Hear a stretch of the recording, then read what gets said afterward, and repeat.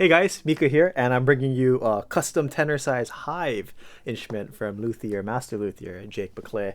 And man, I'm a huge fan of his work and just the craftsmanship. How like just when I look at an instrument before we turn on the camera and do a sound sample, I just look at every little detail and the masterful work even on the inside, the outside. It's just perfect. Really, this is a really perfect instrument. Just so beautiful but so just well executed, and the sound too is just absolutely wonderful. So looking forward to getting into that. But for this instrument, wonderfully beautiful instrument, we have Sitka spruce top right here, which is really interesting because it has a nice golden color and nice real courtesan cut, meaning the grain pattern is just really present here on the top of the instrument. Not sure how much the camera can pick that up or if the light can show it, but from my view, it's stunning. It's really beautiful.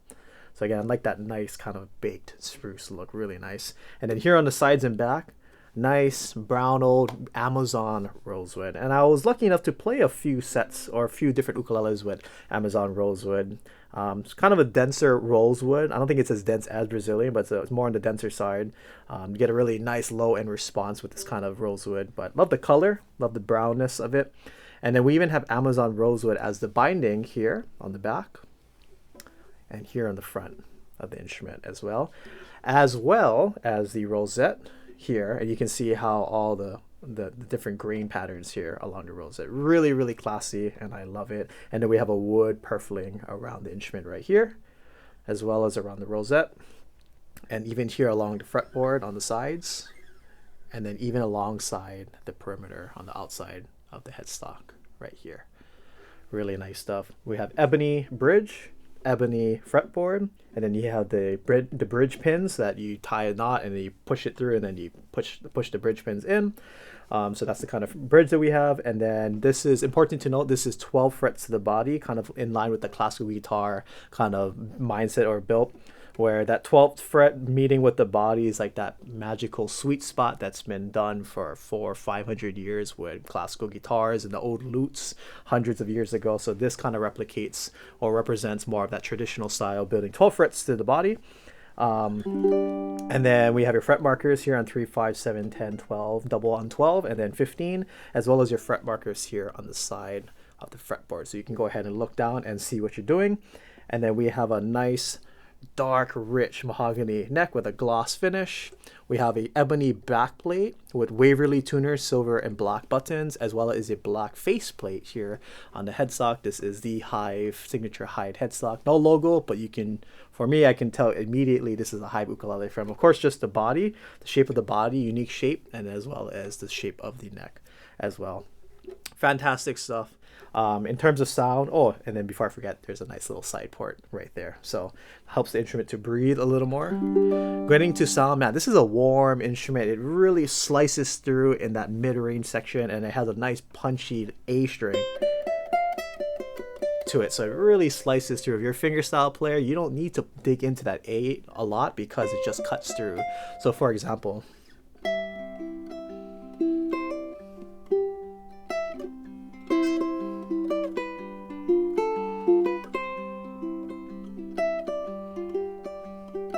it really just slices through. You don't have to play the other strings too loud because this A string just really sings forward.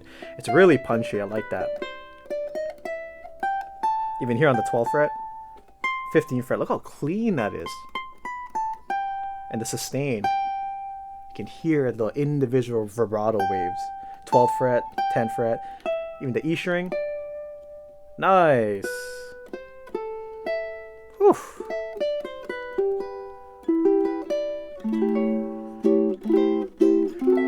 Such a clean sound, the note articulation on this D9 chord.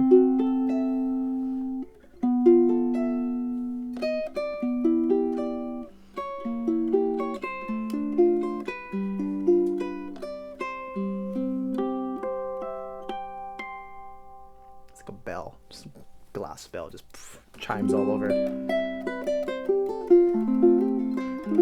I love the setup on this, nice and low. For someone like me, I approve of a very low setup because now I don't have to press hard on my bar chords. I don't have to press as hard on my like more complicated chords.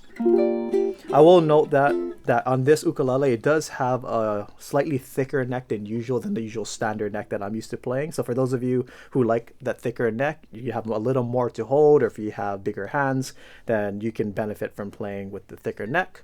It just depends. It's not like thicker is better, thinner is better. It just depends on the anatomy of your hand and what you prefer to play and what feels comfortable for you. So it has a slightly thicker neck, so there's more to grip and more to hold. But the setup is just really low. I love it. And so that A is, just listen to the mid-range. So sweet. And look how high up. I'm on the 8th and 10th fret. How about the 12 and 10? Just soars. Whew. So clean. Literally clean like the build of this instrument. Just perfect. Yeah, it's a lovely instrument. So let's check out the sound sample of this. Let's see.